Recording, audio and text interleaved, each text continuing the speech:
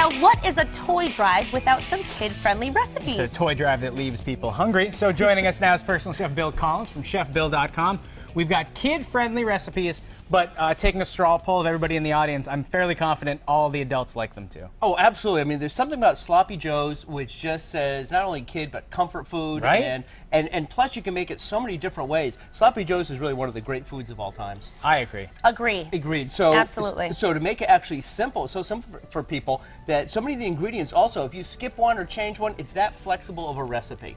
So what I do is I like to put in peppers and onions because, especially with kids, the more vegetables you can get in them, the better. And you Definitely. sneak the vegetables in Sneak too. them in. So if you have to puree them or just go with onions, because peppers can stand out. Oh, if you puree it, doesn't change the flavor at all, Not does at all. it? No, Okay. it just makes it invisible. And That's so great. It just makes you a sneaky parent. and isn't that the goal? Yes. So what I've done, I've already browned up the peppers and the onions, and I'm just putting the ground beef in. Now, Chef Bill, did you put the onions in before the peppers, or all at once is fine? I do put onions and peppers in together. Okay. And I actually put garlic in, but garlic I like to put in closer to the end because the reason for that is it can burn so quickly. So this way, and if you leave it on a little longer, you don't have to worry about that. So and so you get that nice sizzle going. So in this case, I'm using ground beef. It's about 90% lean. You can go with fattier if you like that, leaner, or go with turkey burger.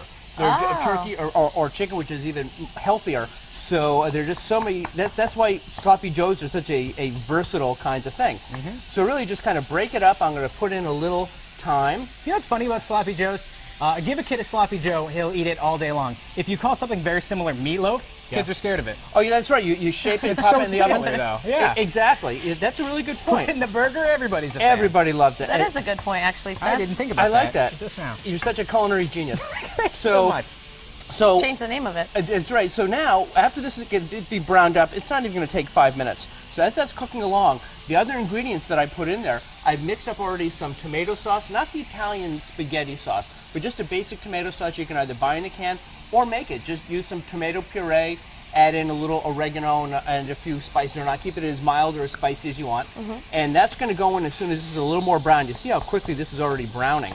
Now, what's your pan on? Is it Ooh, relatively smells high? nice. I've got it. I do have the pan on relatively high. I've got it medium high. Now the thing is, I've got it on a smaller burner only because I wanted it right here in the center of the stove, or I should say, not right over here. So that's why it's taking just a few minutes longer. But you have a medium high, and that'll catch in no time. Now, I have a question for you, Chef Bill. Sure. Now, we all know the Sloppy Joe in a can. Yes. Grew up with that. How does this taste compared to that? Is it similar? Well, first of all, I'm incredibly insulted that you bring up. No, I'm kidding. Sloppy Joe's That's in a what can. I grew up on. Exactly. Well, I didn't want to insult your childhood.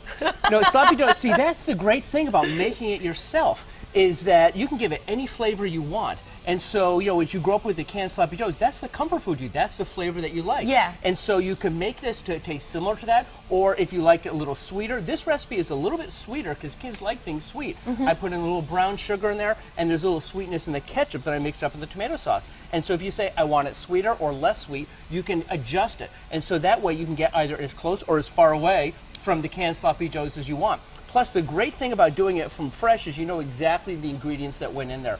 You can get the meat from whatever a butcher or shop that you prefer, and you know the quality is going to be exactly as you want it.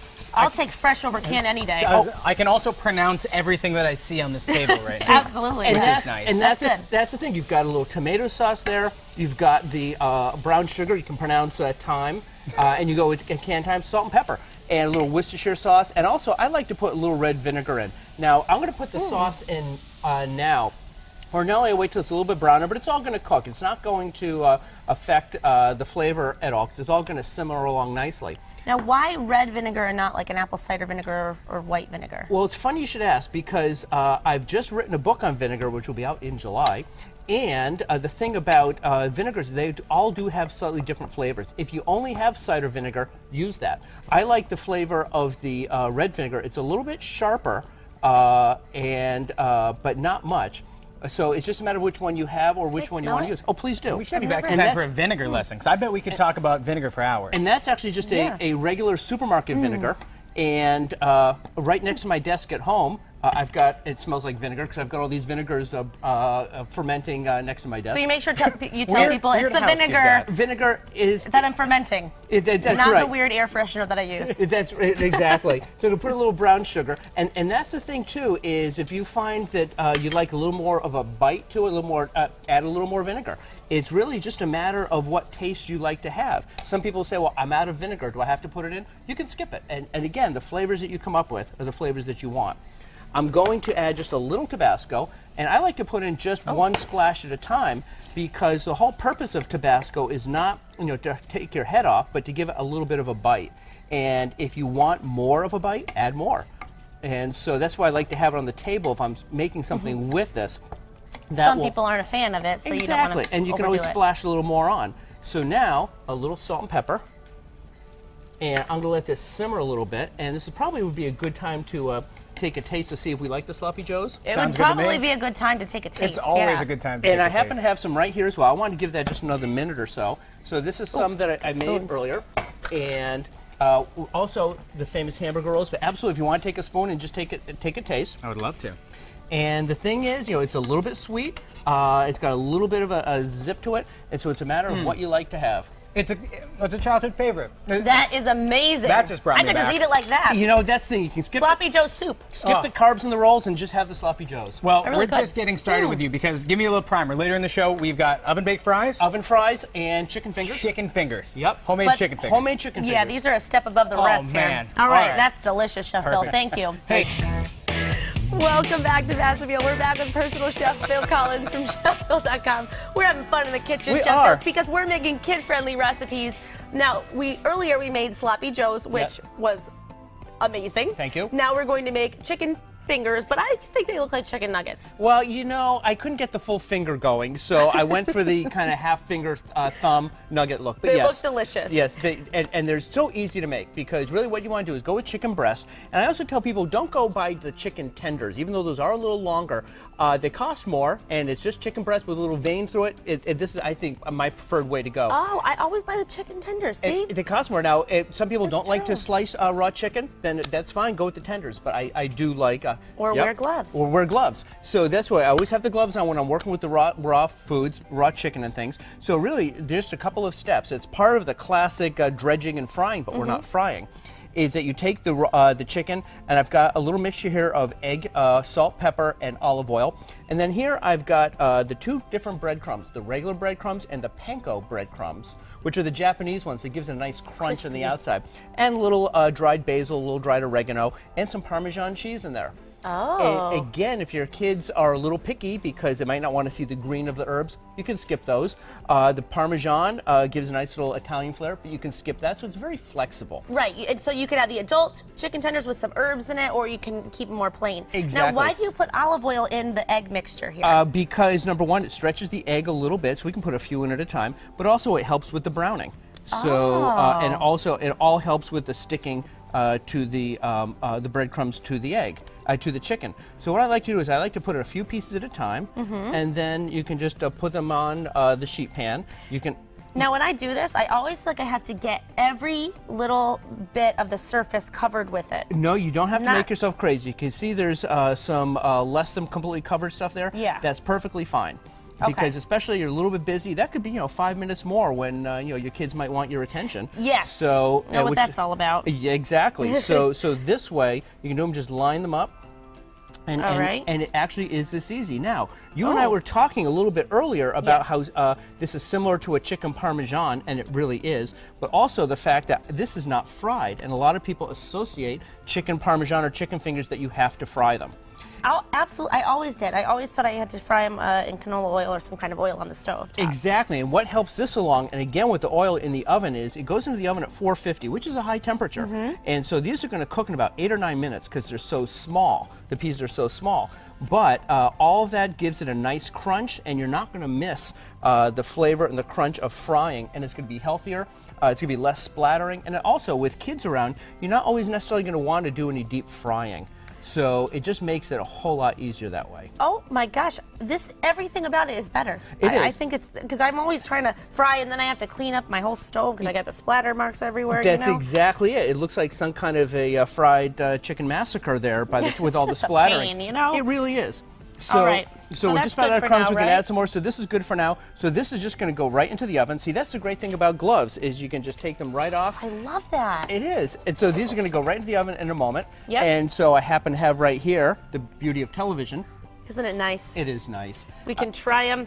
It happens so fast. They're cooked. Yep, so we've got some chicken fingers right there, and I've got a marinara sauce here. So I talked earlier about going with the regular tomato sauce, but this is the Italian tomato sauce, because that's what people like with the chicken fingers. And we talk about kid-friendly.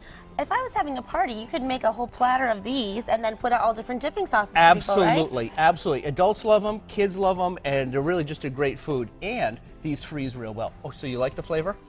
It's so I feel like easy my to make. reaction's always the same when I try your food, but it's so genuine. Well, so thank good. you, thank you. And So good. And one other thing is, I was saying this is freezable, so you can make a whole bunch, throw them in the freezer, and actually, if you freeze them, put them on a flat sheet pan or something first, so they don't stick together. Then when they're frozen, then you can throw them all in a bag. But you can freeze them, so you can just pull them out after school. And then next to those, which also go real well, are oven fries. And really, all I do is I take, I like russet potatoes, which I had one here a moment ago, and I just hit it over to the side. Russet potato, cut it along lengthwise, and then cut individual fries out of it that way. And again, not fried. These are done in the oven, about 400 degrees, a little olive oil, salt and pepper, coat them. And they'll take about 40 minutes in the oven. Turn them every 15 minutes or so, and you're going to get the even browning all over. It's that easy, and you don't even have to peel them. Exactly. And what I do is I like to take a scrubby. I keep it. Aren't those great? And you got a little ketchup right there if you like that. I personally love ketchup. I love ketchup, I too. know. Yeah, it's a beautiful thing. And so all you want to do is, if you're not going to peel them, and I didn't do that, is take one of those scrubby pads, and I keep one set aside just for cleaning potatoes and things. So get all the dirt off, run them under water, so you have a nice clean potato. You don't have to peel them because there are all kinds of nutrients in the skin. Plus, it looks cooler to have the different look like that. I know. Oh my gosh. So this kid-friendly, adult-friendly too. Yep. And you just made this mom real happy. Yeah. My life is going to get so much easier. Chicken nuggets or chicken tenders and oven-baked fries. Healthy, easy to make, and kids and adults will love it. Absolutely. Well, I know what I'm having for dinner tonight, and I There know you every go. other mom and dad is happy too. Chef Bill, thanks so much for the recipe. These recipes will be on our website later today. Absolutely. MyMassappeal.com. Thanks so much. I'm going to keep Thanks, on eating. Ashley. Now I'm going to... Welcome back to Mass Appeal. We're back with personal chef Bill Collins from chefbill.com. We've made some amazing food. Take me through it. So I see here potato fries. Oven fries, yep, baked, not fried. Chicken fingers, also baked with a nice little crusty outside. Now, I missed earlier, it's panko crumbs, and what else is in there? panko crumbs, breadcrumbs. We've got both kind of breadcrumbs on the Oh, outside. cool. So it's a little coating of a little beaten egg and olive oil, and that's what we put that the chicken on the egg, then the breadcrumbs, bake it, and then you finish up with the sloppy joes. Voila. So sloppy joes, we sauteed the peppers and the onions. Yes. And then we put in the meat. Yep, and Where then, do we go from then there? you add, once the meat's browned, you add in the rest of your seasonings. A little tomato sauce, a little ketchup, brown sugar, a little vinegar, a few spices, a little Worcestershire sauce, and you have sloppy joes. It is so good. Right? So good. And at home, if there's one ingredient there you don't like, you can always augment it to suit your taste, right? That's one of the best part about sloppy joes. Exactly. You know, some people like it sweeter, less sweet, a little bit of a bite, a little more Tabasco, so you can really make it as you want it to be. So these are our treats for kids, and all show long we've been doing Adults, too. Yeah, who are we kidding? Yeah, but we have toys too, as you may or may not have heard. So you once again.